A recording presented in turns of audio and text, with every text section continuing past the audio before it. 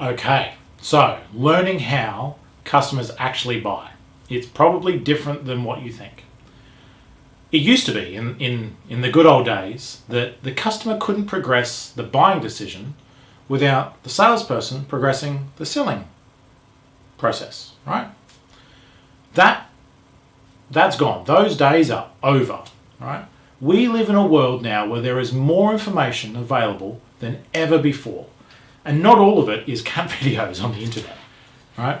So what happens now is that the customer goes through this process of realization of pain, goes from latent to actual pain, or realized pain, and they then determine, well, I want to go and research this area. And they go and get all this information and they define what they think their requirements are. They then, from the research that they've gathered, define what they think their solution is. They go all the way around to a buying decision, and then they engage the salesperson. That's when they reach out to vendors and they've got an RFP or an RFQ. Give me your price for this thing. Well, I've done some research and I know all about it. I don't want to hear your pitch. Just, what's your best shot, Mr. Salesperson? Now, that is horrible, right? Your job then is to pare back that process. And, customers, they don't like that. Like, I've done my research. Like, no, just tell me about this thing. And that's all I want to hear, right? This is where you need the people skills and the sales acumen, right? Like this is tricky. Now, interesting thing is, CEB, which is a sales research firm that was purchased by Gartner a few years ago, they did some research and they found that even with all of this additional process and rigor and transparency and accountability within organizations, that this style of buying is actually increasing the budget overruns, increasing the bloat and blowing out the timeline, and significantly reducing the number of successfully delivered projects of any kind. Because customers don't know, right? Just because that information is available doesn't mean that they get knowledge. Certainly doesn't give them insight, doesn't give them wisdom, right? They're vastly different. Just because you can read something doesn't mean that you can understand it or apply it, or what you're reading is factual and accurate, right?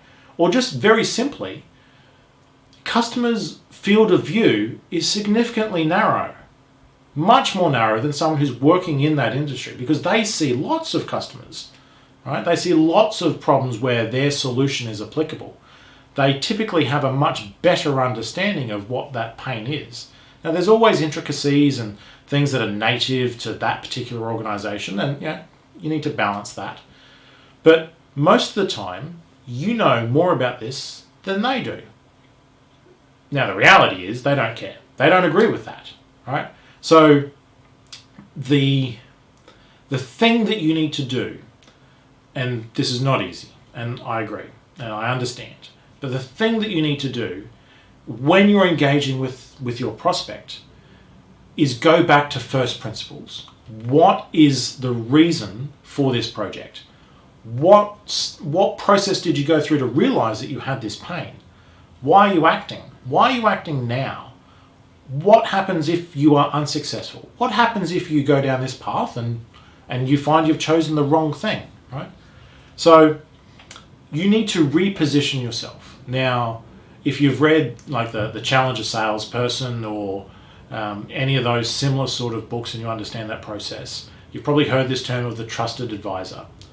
You need to show that you know more than the customer. You need to teach them something. That is how you reposition the conversation. That's how you shift the goalpost to actually help them and sell your thing. If you just go down their process, they are in control. And then you're much more likely to be stuck in vendor jail, and you're much more likely to be treated as a commodity. And commodities are driven by price. You don't want to be driven by price. You don't want to have that race to the bottom. That's a lose for everyone, including the customer. You need to use those soft skills, use that industry knowledge, use those years of experience, whether they're yours or your team's. You need to get the customer to explain to you what their real problem is. Now, you don't tell them they're doing the wrong thing. No one wants to hear that their baby is ugly.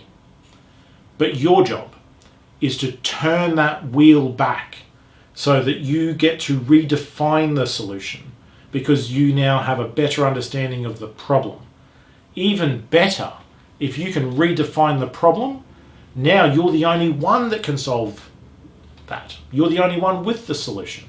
While all your competitors are going down this path, you've now changed the game. Now you're going that path. Now they may find out, right? They may get the request from the customer. It's like, hey, look, you've given me all this information. Now, give me that. And now you've put them off balance, right?